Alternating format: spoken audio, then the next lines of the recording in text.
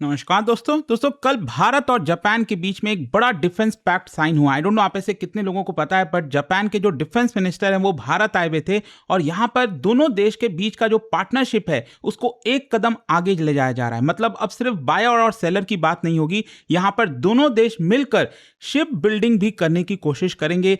Technology transfer होगा जिससे भारत को काफी फायदा हो सकता है। आप देख सकते हो खबर, India Japan deepen maritime security ties agree to explore joint naval ship building. और कहीं ना कहीं इनडायरेक्ट वे में आप कह सकते हो यहां पर चाइना को काउंटर करने की कोशिश की जा रही है। तो इसके हर एक पहलू को समझने की कोशिश करेंगे, मैं आपको बताऊंगा। चलिए आगे बढ़ते हैं, लेकिन उससे पहले आप सबको एक इंपॉर्टेंट खबर बता दूं कि स्टडी आईक्यू ने आईआईटी मद्रास के साथ कोलैबोरेशन किया है, जहां पर जनरेटिव एआई का कोर्स आपको प्रोवाइड किया जा रहा है बहुत ही कम दाम पर। कहने का मतलब यह है कि देखो आज के डेट में स्किल बहुत ज्यादा इंपॉर्टेंट हो गई है और एआई का जमाना है। कोई भी काम आप कर रहे हो एआई का आप सही से यूज कर पाओ, इसके लिए ये कोर्स है। आप देख सकते हैं 10 वीक का पूरा ये कोर्स होगा, 20 लाइव सेशन, हर एक सेशन 3 घंटे का होगा, 60 लाइव जो आवर्स की क्लासेस हैं वो आपको देखने को मिलेंगी। अगर आप इसको ज्वाइन करना चाहते हैं, लिंक कमेंट सेक्शन में दिया है, वहां पर जाकर और डिटेल मिल जाएंगी। कोई भी प्रॉब्लम है, बैच को लेकर दिक्कत है, ये फोन नंबर भी दिया हुआ है, इस पर कॉल करिए, यूज करिए code Ankit live maximum discount के लिए। चलिए शुरुआत करते हैं। सबसे पहले देखते हैं कि एग्जैक्टली हुआ क्या है। देखिए कल 20 अगस्त को Indian defence minister Rajnath Singh और जापान के जो डिफेंस मिनिस्टर हैं शिंजिरो कोइजुमी, उनके बीच में बातचीत हुई नई दिल्ली में। और इसका जो दो सबसे बड़ा परिणाम सामने आया, एक तो है मैरीटाइम सिक्योरिटी कोऑपरेशन और दूसरा है ज्वाइंट नेवल शिप बिल्डिंग। सबसे पहले अगर हम मैरीटाइम सिक्योरिटी कोऑपरेशन की बात करें तो भारत और जापान ने एमओए साइन किया है मैरीटाइम सिक्योरिटी कोऑपरेशन को लेकर। इसमें क्या होगा, भारत की जो नेवी है और जापान की मैरीटाइम सेल्फ डिफेंस फोर्स वो साथ मिलकर काम करेंगे कई सारे एरियाज में, जैसे मैरीटाइम डोमेन अवेयरनेस में, information sharing, rescue and search, naval visit, joint exercises, बहुत सारी चीजों को लेकर यहां पर दोनों देश कोलैबोरेट करेंगे और इसके बारे में आपको और आगे बताऊंगा। लेकिन जो सबसे इंपॉर्टेंट चीज यहां पर अनाउंस किया गया वो ये है कि दोनों देश मिलकर एक्सप्लोर करेंगे ताकि जो नेवल शिप बिल्डिंग और डिजाइन है उसका डेवलपमेंट किया जा सके। क्योंकि देखो जापान के पास कुछ ऐसे एडवांटेज हैं, भारत के पास अपना खुद का एडवांटेज है। जापान के पास टेक्नोलॉजी है, डिजाइन एक्सपर्टाइज है, प्रिसीजन इंजीनियरिंग है। भारत के पास लार्ज स्केल मैन्युफैक्चरिंग, शिपयार्ड, आप सब जानते होंगे Mazagon dockyard ship builders limited के बारे में, जो कि भारत के लिए बहुत सारे सबमरीन शिप्स को बनाता है, तो वो यहां पर जो है बनाया जाएगा। और साथ ही साथ मैन पावर है हमारे पास, डिफेंस इंडस्ट्रियल इकोसिस्टम है। तो ये दोनों देश को कॉम्प्लीमेंट करता है, उनके पास कुछ एडवांटेज हमारे पास है और इसी को देखते हुए एक बड़ा पॉजिटिव एनर्जी क्रिएट हो सकता है। सवाल यह है कि जो शिप बिल्डिंग है वो इतनी बड़ी डील क्यों होती है, क्योंकि मॉडर्न नेवल पावर अगर आप देखोगे तो उसमें इंडस्ट्रियल कैपेसिटी बहुत तेजी से मायने रखती है। यहां पर इट्स नॉट जस्ट अबाउट कि आपके पास कितने शिप्स हैं, इट्स अबाउट कि अगर हम जैसे फॉर एग्जांपल बात करते हैं कंट्री ए और कंट्री बी में, अगर कंट्री ए कंट्री बी से शिप बाई करता है, पूरा का पूरा शिप अगर हम परचेस करते हैं तो ये सिर्फ बायर सेलर का रिलेशन है। लेकिन दोनों देश जब मिलकर साथ में उस शिप बिल्डिंग का काम करते हैं, जो पूरा जहाज है वो बनाते हैं, तो यहां पर designer, technology provider, manufacturer, user सब कुछ क्रिएट होता है। तो ये बहुत ज्यादा डीप जाता है दोनों देश के बीच में। अच्छा, भारत और Japan jointly naval platform develop करेंगे और यहां पर कई सारे एरियाज में कॉपरेशन हो सकता है। For example naval architecture, propulsion, sensors, communication, radar, sonar, बहुत सारी चीजें चाहिए होती हैं शिप बिल्डिंग में, तो इन सब चीजों पर कोलैबोरेशन होगा। सो देयरफॉर आप कह सकते हैं कि एक पूरा का पूरा डिफेंस इंडस्ट्रियल इकोसिस्टम क्रिएट करने की कोशिश की जा रही है rather than simple buyer seller relation.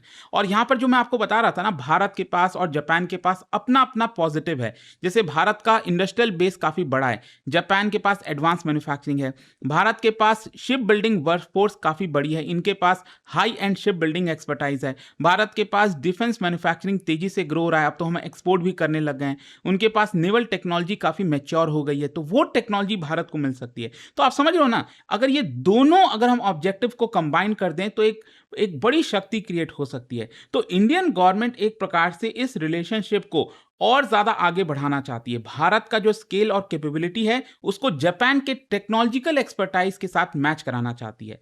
सवाल यहां पर यह आता है कि जापान क्या हमें टेक्नोलॉजी ट्रांसफर भी करेगा। देखो कोई भी देश इतने आसानी से टेक्नोलॉजी ट्रांसफर नहीं करता, और स्पेशली जापान जैसा देश वर्ल्ड वॉर 2 के बाद से उन्होंने अपना संविधान, अपने कानून इस तरह से बनाए थे कि यहाँ पर वो बहुत ज़्यादा इन सब में इन्वॉल्व नहीं रहेंगे, क्योंकि वर्ल्ड वॉर 2 में बहुत बड़ा सेटबैक लगा था जापान को। तो यहाँ पर क्या होता है ना कि अब जापान इन सारी चीज़ों को तेजी से बदल रहा है। और देखो, टेक्नोलॉजी ट्रांसफर ऐसा नहीं है कि बस एक झटके रातों रातों हो जाएगा, ऐसा नहीं है। ये कई सारे स्टेजेस से गुजरता है, तब जाकर टेक्नोलॉजी ट्रांसफर होता है। सबसे पहले टेक्नोलॉजी कोऑपरेशन होता है, जो दोनों देश हैं वो आपस में अपना टेक्निकल नॉलेज और एक्सपर्टाइज एक्सचेंज करते हैं। फिर दोनों देश के बीच में ज्वाइंट रिसर्च होता है, और उसके बाद कोड डेवलपमेंट होता है। मतलब दोनों देश यहाँ पर डिजाइन, पूरा जो सिस्टम है उसको क्रिएट करने की कोशिश करते हैं। फिर को प्रोडक्शन होता है, मैन्युफैक्चरिंग होता है किसी एक देश में या दोनों देशों के द्वारा मिलकर, और इंडिजीनियस इकोसिस्टम क्रिएट होता है। तो बेसिकली भारत ये जो स्टेज 3 से लेकर स्टेज 5 है, इसमें एंटर करना चाहता है, ताकि जापान के पास वो जो सोफिस्टिकेटेड टेक्नोलॉजी है वो हमें यहाँ पर मिल सके। और ये ऐसा नहीं है कि हमने कभी किया नहीं है। अगर आप देखोगे, recently prime minister Narendra Modi ji ने इसके बारे में जिक्र भी किया था।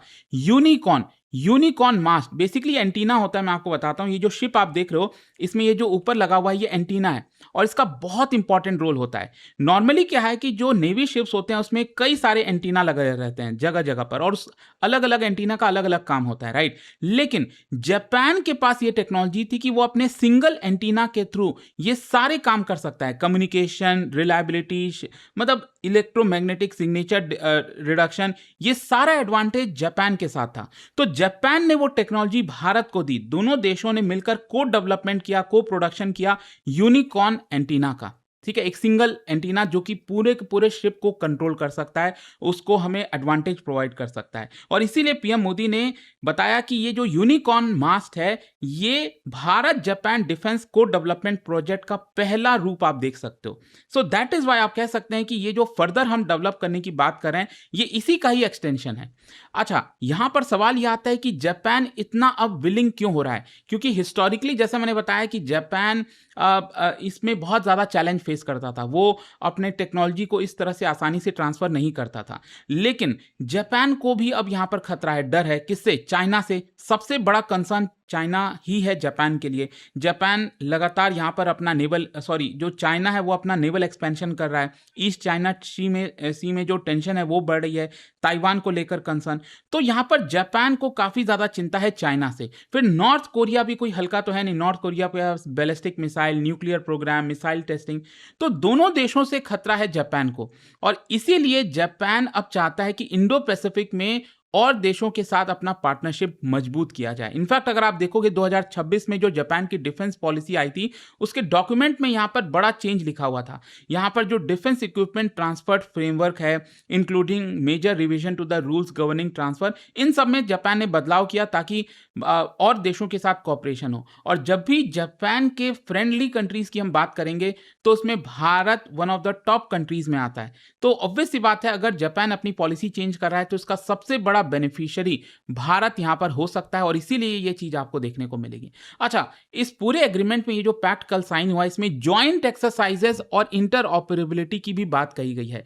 भारत और जापान अगर आप देखोगे तो ऑलरेडी मिलिट्री एक्सरसाइज कंडक्ट करते हैं जिसका नाम है JIMEX, Japan India maritime exercise. और रेगुलरली इन एक्सरसाइजेस में communication procedure, tactical doctrine, navigation, air defence, कई सारे चीजों को लेकर यहां पर एक्सरसाइज होता है। तो ये जो नया एग्रीमेंट है वो इसको फर्दर एक कदम आगे ले जाएगा। मतलब यहां पर एक्सरसाइज और ज्यादा करेंगे, पर्सनल एक्सचेंज ज्यादा होगा, लॉजिस्टिकल कोऑर्डिनेशन ज्यादा होगा। और जब हम बात करते हैं ना इंटर ऑपरेबिलिटी की, इंटर ऑपरेबिलिटी का मतलब होता है कि जो आपके पास एबिलिटी है, जापान के पास जो एबिलिटी है उनके डिफेंस फोर्सेस के पास, उनके नेवी के पास, और हमारे पास जो है, तो उन दोनों को कैसे हम एक साथ वर्क करा सकते हैं। फॉर एग्जांपल, अगर इंडियन शिप को कोई खतरा डिटेक्ट होता है कि जापान के ऊपर कोई अटैक होने वाला है, जापान के ऊपर कोई निगरानी कर रहा है, तो हम उस इंफॉर्मेशन को जापान के साथ शेयर कर देंगे, जापान को वो इंफॉर्मेशन मिलेगा, और यहाँ पर दोनों मिलकर किस तरह से उस खतरे को टैकल कर सकते हैं। तो जब दोनों देश इस तरह से मिलकर काम करते हैं ना, इसको हम इंटर ऑपरेबिलिटी कहते हैं। और ये तभी होगा जब हम ज़्यादा एक्सरसाइज करेंगे जापान के साथ, कम्युनिकेशन, डेटा, लॉजिस्टिक, ये सारी चीज़ें यहाँ पर शेयर की जाएंगी। लेकिन हाँ, जाने से पहले मैं आपको बता दूं, ये जो भी डेवलपमेंट हो रहा है भारत और जापान के बीच, बीच में जो इसमें सबसे बड़ा कारण है दैट इज चाइना फैक्टर।